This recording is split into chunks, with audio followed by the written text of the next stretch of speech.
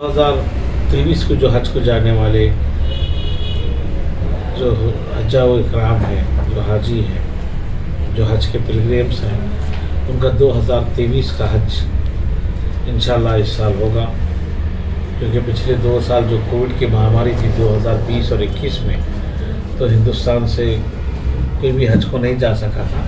लेकिन पिछले जो 2022 में हज को जो लोग यहाँ से गए, बिल्कुल कम वक्त में सऊदी हुकूमत और इंडियन गवर्नमेंट ने परमिशन दी थी और उसमें 40% लोग हज को गए थे। इस साल सऊदी हुकूमत और इंडियन गवर्नमेंट, जो हमारे देश के प्रधानमंत्री नरेंद्र मोदी जी और हमारे हज और वफ़ के मिनिस्टर स्मृति ईरानी जी ने काफ़ी अच्छा निर्णय लिया, जिसमें एक तो बहुत खुशी की बात है और हिंदुस्तान के लिए बड़ी मुबारक बात है कि पिछले हमारे 1.25 लाख के लगभग 1,25,000 से 30,000 हाजी हिंदुस्तान से हज को जाते थे। लेकिन इस साल 1,75,065 हाजी हिंदुस्तान से हज को जाएंगे, जिससे 1,75,065 पिलग्रिम्स इस साल 2023 का जो हज है उसमें इंशाल्लाह हिंदुस्तान से सऊदी अरब के लिए रवाना होंगे। और उसके साथ साथ कर्नाटक स्टेट जो हज कमेटी है, इसमें हमारे मुख्यमंत्री बसवराज बोम्मई जी और हमारे हज और वफ़ के मिनिस्टर शशिकला जोले जी, और हम इस बात की कोशिश कर रहे हैं कि कर्नाटक से भी ज़्यादा हज को हाजी जाए। तो हमने गवर्नमेंट ऑफ इंडिया को इस बात का रिकमेंडेशन किया है कि कर्नाटक स्टेट से हमको हाजियों का टारगेट ज़्यादा दे जाए। तो इस बात को भी इंडियन गवर्नमेंट ने एक्सेप्ट की है। तो पिछले हमारे 2022 में जो हज को हाजी गए, लगभग 3,070 हाजी हमारे गए थे, जिसमें 40% जो हमें टारगेट दिया गया था। और इस साल 2023 में कर्नाटक स्टेट से लगभग 6,500 से 7,000 हाजी जाने की उम्मीद है। और उसके साथ साथ कुछ गाइडलाइंस भी हमने काफ़ी चेंज किया है। जैसा कि पहले हमारे पास सूटकेस देते थे जो सेंट्रल हज कमेटी से, वो निकाल दिया गया है। खुद हाजी अपना सूटकेस अपनी पसंद से खुद से लेके जाएगा। और दूसरा, जो हज को जाने वाले हाजी हैं उनको सेंट्रल गवर्नमेंट ऑफ इंडिया हज कमेटी से 2100 रियाल दिया जाता था। कि हाजी को ये रूटीन था, लगभग 15-20 साल से ये रूटीन चलती आ रही थी। जो हज को हाजी जाने वाला जो पैसे भरता है, उसी पैसों में से हम लोग 2100 रियाल निकाल करके हाजी को देते थे कि वहाँ पे सऊदी अरब में उनको कुर्बानी के लिए, उनके खाने पीने के लिए, होटलिंग के लिए ये सऊदी रियाल इस्तेमाल में आए। लेकिन इस वक्त वो सऊदी 2100 रियाल जो हज कमेटी देते थे वो निकाल दिया गया है, क्योंकि 2100 रियाल कम होता है। तो हाजी को बड़ी खुशी की बात है, बड़ी अच्छी बात है। हज को जाने वालों के लिए अनलिमिटेड रियाल लेके जा सकते हैं। तो हर हज कैंप में एक काउंटर लगा दिया जाएगा, जो बैंक का काउंटर होगा, उसमें आप कितने भी रियाल लेके जा सकते हैं। और जो हज कैंप है वहाँ पे भी रियाल का हम लोग काउंटर्स लगाएंगे, वहाँ पे से भी आप रियाल ख़रीद सकते हैं। अगर आप किसी बैंक, नेशनल बैंक में अगर आपका अकाउंट है, तो बैंक वालों के पास भी प्रोविज़न दिया जाएगा कि आप सऊदी रियाल लेके जा सकते हैं। क्योंकि लोगों को पैसे 2100 रियाल कम होते थे, कुछ ख़रीदी करते, कुछ और परचेजिंग करते, तो वो रियाल की भी जो है लिमिट को निकाल दिया गया है। रियालों की भी बहुत अच्छी सहूलत हाजियों को रहेगी। और तीसरी बात ये है कि पिछले हमारे जो हज को हाजी गए थे कर्नाटक स्टेट के, पूरे बेंगलुरु से गए थे। तो इस साल हम लोग और 3 एयरपोर्ट को एक्स्ट्रा किया है। तो पहले गवर्नमेंट ऑफ इंडिया ने ही दी थी 18 टर्मिनल जो एयरपोर्ट के, जिसमें कर्नाटक का एयरपोर्ट एक ही था। लेकिन अभी जो है 26 टर्मिनल दी गई है, जिसमें हमें और 3 एयरपोर्ट एक्स्ट्रा मिले हैं। तो हमारे हाजी हैदराबाद से भी जाएंगे, गोवा से भी जाएंगे और मंगलुरु एयरपोर्ट से जाएंगे। तो मंगलुरु का भी जो है हमारा एयरपोर्ट कर्नाटक का ही है, वो भी इंटरनेशनल टर्मिनल हुआ है। तो हमारे मंगलुरु साइड के जितने भी हाजी लोग हैं वो मंगलुरु से जाएंगे। हुबली, धारवाड़, बेलगाम के हाजी गोवा से जाएंगे। बीदर, गुलबर्गा, रायचूर, यादगीर के हाजी हैदराबाद से जाएंगे। और जो सेंटर ऑफ सिटी बैंगलोर है वो बैंगलोर से जाएंगे। और एक प्रोविज़न ये दिया गया है, एप्लीकेशन जो ऑनलाइन डाला गया है, जिसमें एप्लीकेशन की फ़ीस पहले जो भी डालो 300 रुपये फ़ीस लिया जाती थी।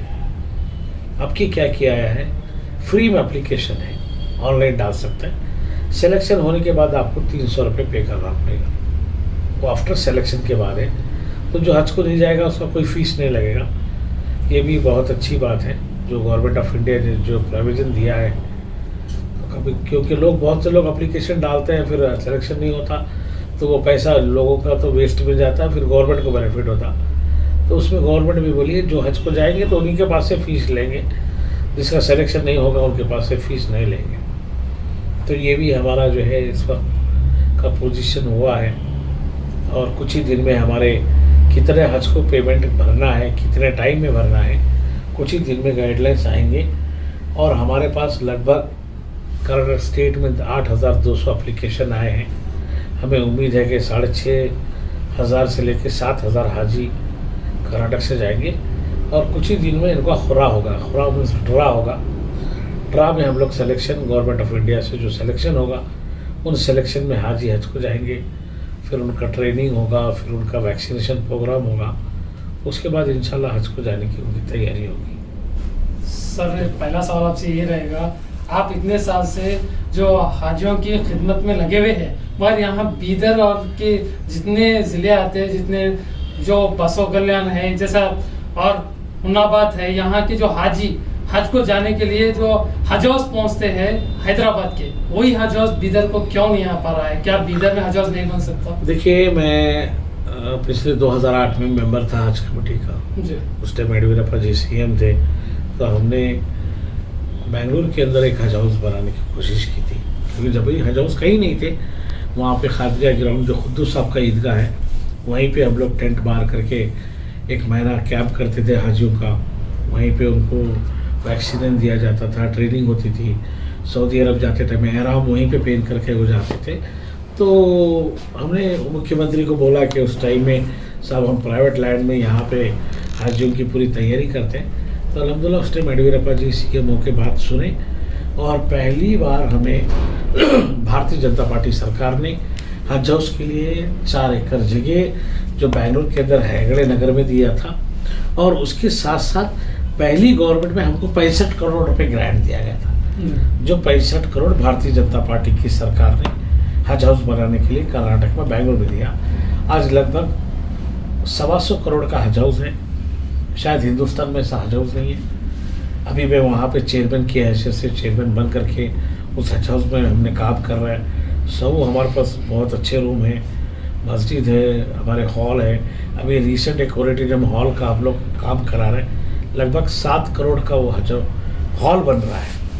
तो उसमें लगभग मैं समझता हूँ 600-650 लोग बैठने की कैपेसिटी है। तो ये काम तो हम लोग किए हैं पहले, जो भारतीय जनता पार्टी सरकार में हुआ है। और इस समय भी मैं बीदर में हज हाउस बनाने की बहुत कोशिश हो रही है। हमने गवर्नमेंट को लैंड के लिए लिखा है, वो 2-3 लैंड हमें बताए, लेकिन कुछ टेक्निकल प्रॉब्लम होने की वजह से वो जगह नहीं मिल पाई है। अभी कुछ जगह हमें गवर्नमेंट लैंड मिली है, बहुत अच्छी है। एयरपोर्ट के नियरेस्ट है, जो बीदर एयरपोर्ट एयरफोर्स बेस के पास में है।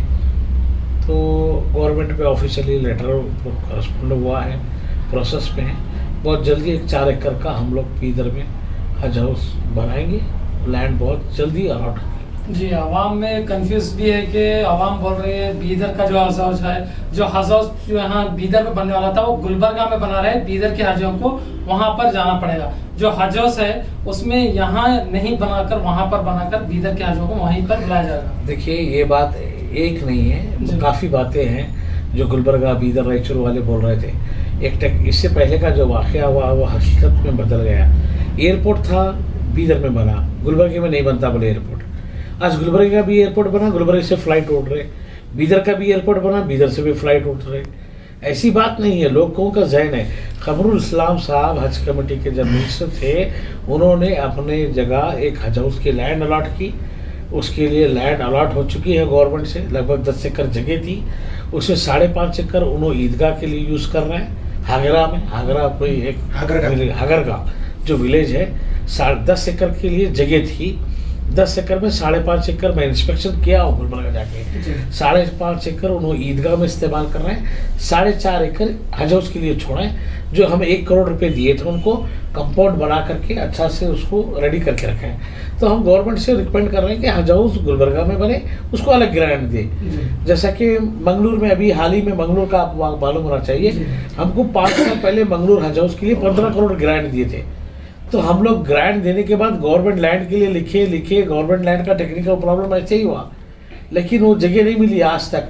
परसों 8 दिन पहले एक हमारे ही मेंबर है एमएलसी, उन्होंने अपने वालिद के नाम से 2 करोड़ की जगह डोनेट कर रहे हैं, यानी कि रजिस्ट्री करके दे रहे हैं। तो वहाँ पे हम लोग हज हाउस बनाने वाले हैं। तो इस तरह से ही बीदर में भी हम लोग, ऐसी कोई बात नहीं है, मैं हज कमेटी का चेयरमैन हूँ अल्हम्दुलिल्लाह, और मेरे 1.5 साल बाकी है। हम लोग कोशिश हो रही है कि एक टेक्निकल, देखो गवर्नमेंट ऑफिशियली काम होता है, डीसी है, एसी है, उनकी कुछ लैंड वाले हैं, वो कुछ टेक्निकल प्रॉब्लम से रुका है। बहुत जल्द बीदर की जगह मिलेगी। बीदर में बहुत अच्छे पैमाने पे मेरी कोशिश है कि हज हाउस बने और हज हाउस हर काम में इस्तेमाल हो, हज को जाने वाले हज यात्रियों के लिए काम में आए, और हमारे इस्लामिक जो भी प्रोग्राम्स हो, जो भी सोशल एक्टिविटीज़ हो, वैसे भी जगह काम आए, और भी कोई गैदरिंग्स के लिए काम है जो बेंगलुरु हज हाउस आज काम में आ रहा है। सर इंशाल्लाह बहुत जल्द होगा। लास्ट ईयर हज कमेटी से हाजियाँ बेंगलुरु से गए थे सर, अब ये ईयर आप अनाउंस कर रहे हैं कि हाजियाँ हैदराबाद से हज जाएंगे, इसकी वजह क्या है सर? वजह ये है कि पहले कोविड की वजह से हमें सऊदी हुकूमत बहुत कम वक्त में टाइम दी थी इंडिया को कि आपके हाजी इस वक्त हिंदुस्तान से सऊदी अरब आएंगे, क्योंकि हम उनको तो पता नहीं था कि होगा नहीं होगा हज। जब तक हमारे हाजियों का टिकट लग के स्टैम्प नहीं हुआ तब तक हमें कंफर्मेशन नहीं था। तो 15 दिन पहले इन्हें सऊदी हुकूमत दी थी इंडिया गवर्नमेंट को टारगेट, तो उसके टारगेट में जब सऊदी को जाएंगे हाजी, काफ़ी तैयारी करके जाना पड़ता है। सिविल एविएशन वालों का होता है, होम अफेयर्स वालों का काम होता है, और काफ़ी कामियाँ होते हैं, उसके बाद उनको हज को भेजाना पड़ता है। तो कम समय रहने की वजह से पूरे स्टेट वालों को एक ही टर्मिनल दिया गया था। जैसा कि हमारे टर्मिनल में पिछले लोग जाते थे 4 टर्मिनल से, जैसा कि मंगलूर से जाते थे, गोवा से, हैदराबाद जाते थे। तो कोविड की वजह से हमें प्रोविजन नहीं दिया गया था, इसलिए हमारे हाजी बेंगलुरु से गए थे। और सर लास्ट ईयर जो हाजियों को प्रॉब्लम हुई थी हज हाउस में, जो फैसिलिटी प्रोवाइड नहीं हुई थी, क्या हैदराबाद में भी ऐसे ही होगा? क्या आप कुछ फैसिलिटीज अच्छी तरीके से प्रोवाइड करेंगे? हज कमेटी खासतौर पे बेंगलुरु कर्नाटक की हाजियों की इतनी खिदमत करती है, पूरे हिंदुस्तान में एक इतिहास है। अगर कहीं खिदमत देखा जाती है तो बेंगलुरु के अंदर देखा जाती, जो कर्नाटक स्टेट हज कमेटी में। हम लोग ने यहाँ से बीदर से जो बेंगलुरु आने वाले हाजी थे, उन लोगों के हम बहुत अच्छे पैमाने पर अरेंजमेंट थे। खासतौर पे मैं बीदर का हज कमेटी चेयरमैन होते हुए मेरे हाजी आ रहे बोल के मैं बहुत अच्छे पैमाने पर अरेंजमेंट किया था। यहाँ के हाजी बेंगलुरु में 8 बजे पहुँचना था, यहाँ शाम में वो लोग 6 बजे निकले थे, तो 12 घंटे के अंदर 7-8 बजे के अंदर वो लोग बेंगलुरु पहुँचना था। लेकिन यहाँ के कुछ लोग उनको बस करा के, बस में बिठा के गुलबर्गा गए, गुलबर्गा में 2 घंटे रुका लिए, और जहराबाद में 1-2 घंटे रुका लिए, हुन्नाबाद में। तो इस तरह से हाजी को लेट करके दोपहर में 3 बजे पहुँचे, शाम में 4 बजे उनकी रिपोर्टिंग करना है। आपको मालूम है हाजी का क्या काम होता है? हज को जाने वाले हाजी पहले आना, आपकी रिपोर्टिंग करने का, रिपोर्टिंग का पहले आप फॉर्म भरना, उसके बाद आपको पासपोर्ट वीज़ा लेना, उसके बाद आपका टेस्ट था, TPRC टेस्ट था। जो टेस्ट की रिपोर्ट आपको नेगेटिव पॉजिटिव आई तो ही आपको आगे जाने देते। वहाँ पे आपकी रिपोर्टिंग होगी, टेस्ट होगा, टेस्ट के बाद में फिर आप जो है जैसे आपको आगे जाना पड़ेगा, फिर आपका जो है वीज़ा होगा, फिर आपका लगेज देना पड़ेगा। तो तमाम चीज़ें होते हैं। हमारे हाजी आ गए 3-4 बजे, हमको रूम दो। अरे भाई पहले आप अपनी रिपोर्टिंग कराओ, आपका पहले कंफर्मेशन ले लो, आपका प्रोसीजर कंप्लीट करो, फिर आपको रूम देंगे। ये लोग आने का 8 बजे, 3 बजे, 4 बजे आए, फिर से अटैक कर रहे हैं। फिर भी अल्हम्दुलिल्लाह हम लोग उनको 2 घंटे के बाद रूम दिए, क्योंकि हर दिन 600 हाजी जा रहे थे। हर दिन जो हाजी की जो फ्लाइट थी 600 पैसेंजर की फ्लाइट थी। पहले अक्सर क्या होती थी, हाजी 350 हाजी जाते थे हर दिन। लेकिन इस साल कोविड की वजह से बहुत कम वक्त रहने से एक दिन तो 950 हाजी को हमने भिजाना पड़ा, और हर हाजी को 3 दिन पहले बुलाए हम लोग, टेस्ट करना, उनको रखना, उनको रिपोर्टिंग करना। तो ये बीदर के हाजी को देर से आने की वजह से कुछ 2 घंटे उनको रुकना पड़ा। फिर उसके बाद उनको अच्छा प्रोविज़न कराए हम रहने के लिए, उनके पूरे टेस्ट कराए, उनकी पूरी रिपोर्टिंग कराए, उनका पूरा लगेज लिए, उनको सऊदी अरब भेजाए।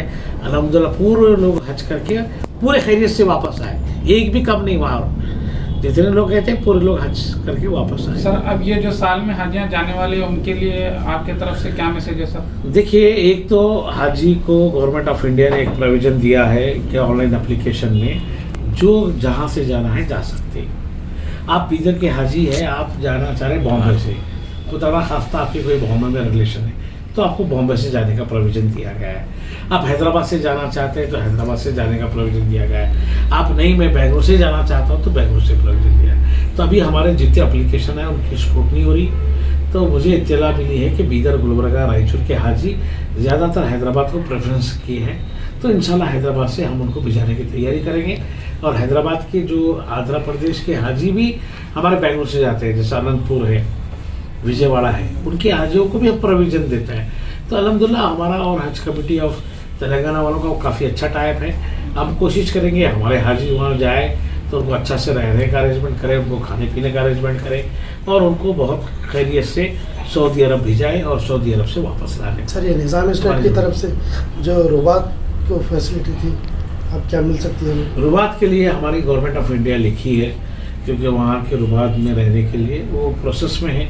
इंशाल्लाह रुबात का जो भी इंफॉर्मेशन आएगा वो हम फिलफिल करेंगे। और बहुत से लोग एप्लीकेशन में भी डालें हमको रुबात भी भिजाइए, बल्कि पहले लोगों को मिलती थी सहूलतें, इस वक्त भी शायद इंशाल्लाह मिलेगी सहूलतें। Thank you.